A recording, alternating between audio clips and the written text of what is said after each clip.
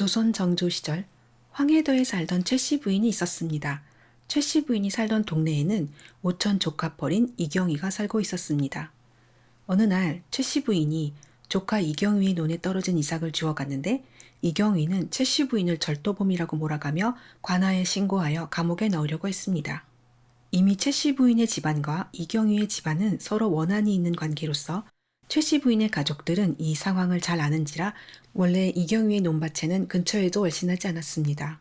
이경위의 성품이 잔혹함을 잘 알고 있는지라 특히 조심했던 거죠. 그런데 관아에 고발을 당한 최씨 부인은 이경위의 잔혹함을 잘 알고 있어서 정신이 나가다시피 하여 자신과 아들, 딸, 조카 등 식솔 7명을 이끌고 물가에 가서 서로를 새끼줄로 단단히 묶고 물에 빠져들어 생을 마감했습니다. 그리고 이 사건은 정조에게까지 올라가게 됩니다. 정조는 7명의 생명을 앗아간 죄가 무겁다고 보고 최씨 부인을 협박한 이경위에게 극형으로 처벌했습니다. 반면 다산 정약용의 견해는 달랐습니다. 이경위는 협박만 했을 뿐이었지 실제 물리력을 행사하지는 않았다는 거죠.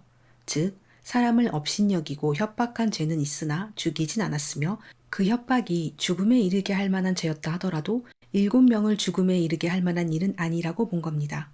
죄의 경중 자체를 살펴야지 어찌 사망자의 많고 적음을 따지느냐고 한 거죠.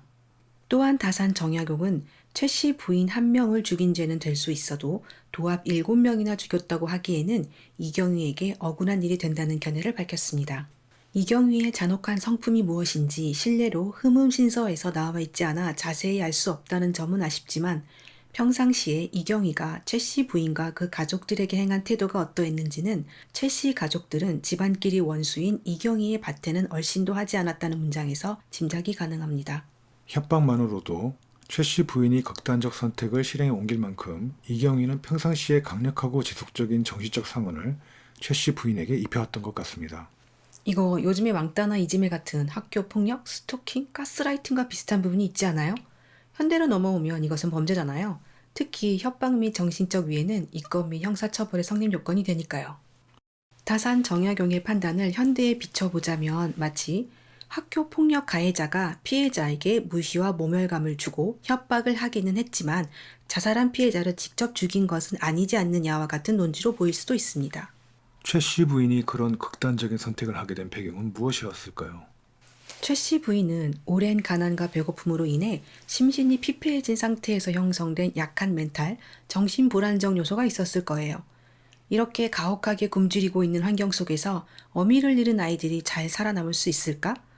최씨 부인은 어미가 죽고 나서 아이들이 잘 살아남을 수 없을 거라 생각하고 비료한 삶을 이어갈 바에는 다 같이 가는 걸로 결정을 내렸던 게 아닐까요? 여기서 최씨 부인의 안타까운 부분이 존재합니다. 아무리 배가 고플지언정 성정이 잔혹한 이경위의 밭이었다면 떨어진 나락이 있더라도 눈길조차 주지 말았어야 한다는 점이죠. 하지만 배고픔을 이기기에는 턱없이 부족했던 듯합니다. 먹을거리가 풍족치 못하고 생활이 궁핍을 변하지 못했던 옛날이었기에 나락 몇 알에 대한 인색함이 끔찍한 비극을 초래했다는 점을 주목할 필요가 있습니다. 조선시대는 향약과 두례라는 공동체 정신이 있는 사회였다고 하잖아요. 그런 향약과 두례에는 서로 사귐에 있어 예의를 지킨다, 환난을 당하면 서로 구제한다라는 공동체 규율이 있었습니다. 예속상교, 환난상휼. 그런데 이경위는 예의는 물론이고 서로 구휼한다는 공동체 규율을 지키지 않았습니다.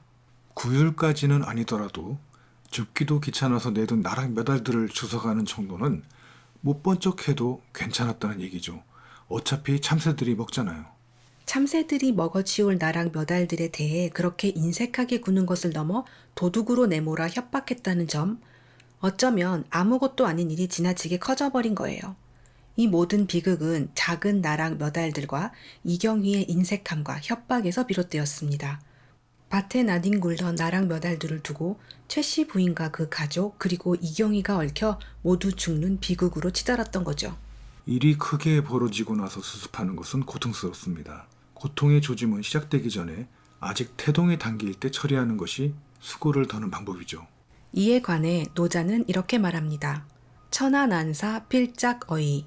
세상에서 어려운 일들은 쉬운 것에서부터 구축된 것이고 천하대사 필짝어세. 세상에서 큰 일들은 미세한 일에서부터 구축된 것이다. 시의성인 종불위대, 고능성 기대.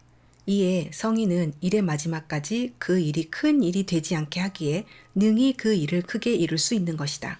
사후 약방문보단 미연에 방지하는 게 최고죠. 물론 일이 터지고 나서 사후 약방문하는 것도 아무것도 안 하는 것보단 훨씬 낫죠. 소 잃고 외양간 고치기는 소 잃고 외양간 여전히 안 고치기보다는 훌륭하잖아요. 미연에 방지한다는 게 어려운 이야기인데 이 사건의 경우 잊지 말아야 할 곳에 있어서는 안 되며 적에게 빌미를 줘서는 안 된다는 점이 매우 중요합니다. 잊지 말아야 할 곳에 있어서는 안 된다는 말을 바꿔서 말하면 있어야 할 곳에 있으면 된다는 거잖아요. 이 사건의 경우 최 씨 부인이 차라리 다른 사람 밭에 나랑 몇 알들을 주워 가져갔다면 상황은 달라졌을지도 모릅니다. 군소리를 들을지언정 관아에 고발당하지는 않았겠죠. 무엇보다 저는 최 씨 부인이 이경희의 협박에 담대했으면 상황은 크게 바뀌었을 거라고 생각합니다. 모든 사건에는 전조가 있습니다. 최 씨 부인의 경우 지금 내가 배가 매우 고프다. 하지만 그 인간 논밭은 피해가야 한다는 아주 사소한 전제를 지켰다면 하는 아쉬움이 있습니다. 어떤 일이 크게 벌어지기 전에 아주 작은 단서, 실마리들이 보일 듯 말 듯, 들릴 듯 말 듯 그 사람 주변에서 아롱아롱거립니다. 너무 작아서 사소해서, 너무 미약해서, 너무 희미해서 보이지도 들리지도 눈에 띄지도 않을 수 있습니다. 하지만 경험의 데이터를 축적하고 감을 키우면 호롱불 같은 미미한 직감의 본능을 잘 살렸을 수 있습니다. 모든 것을 미연에 막아낼 순 없겠지만 최대한 미연에 방지할 수는 있는 거죠. 그럼 오늘은 여기까지이고요. 다음에 봐요. 안녕.